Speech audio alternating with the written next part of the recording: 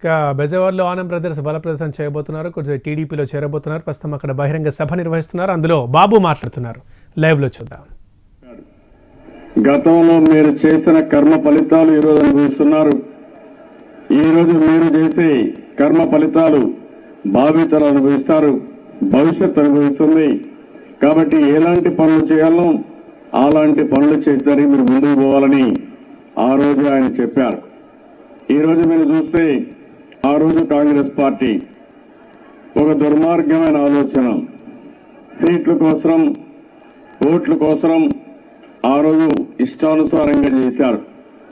ఆ రోజు మీరు చూస్తే తెలుగుదేశం పార్టీ పెట్టింది తెలుగు జాతి కోసం, ఒక యుగ పురుషుడు పెట్టిన పార్టీ తెలుగుదేశం పార్టీ. అలాంటి నాయకుడు నందమూరి తారక రామారావు గారు. ఆ రోజు పార్టీలో ఆనం సోదరులు కూడా పార్టీలో ఉన్నారు. ఆ విధంగా పార్టీ ముందుకు పోయాం.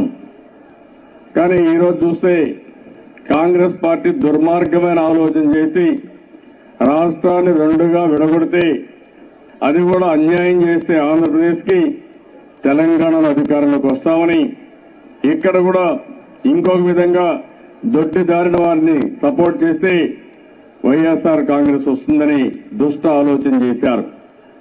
కానీ మనం ఒకసారి ఆలోచిస్తే కాంగ్రెస్ పార్టీకి లాభం రాలేదు. రెండు పక్కల చెతికిల పడ్డారు, దేశంలో కూడా భ్రష్టుపడ్డారు. అయితే మనకు మాత్రం ఇబ్బందులు వచ్చాయి. కట్టుబట్టలతో వచ్చాం, అనేక సమస్యలు ఉన్నాయి. కానీ ఈరోజు మీరు ఒకసారి చూసినప్పుడు నాకు ఆత్మవిశ్వాసమే పెట్టుబడి.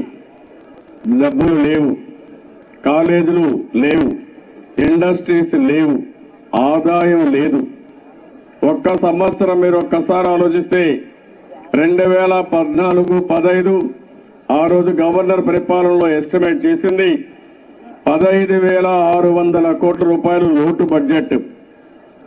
ఇంకో పక్క మీరు చూస్తే తెలంగాణ రాష్ట్రం 42% ఉంటే జనాభా ఇక్కడ 58% ఉన్నాం.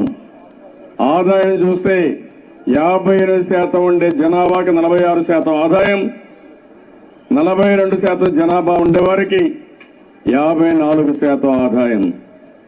అంటే ఆదాయం కూడా భవిష్యత్తులో కూడా వచ్చే పరిస్థితి లేకుండా అన్ని ఇబ్బందులే. కానీ మీరు ఒకసారి ఆలోచించినప్పుడు నేను అధైర్యపడలేదు. కనీసం రాజధాని నిర్ణయం కూడా చేయలేదు.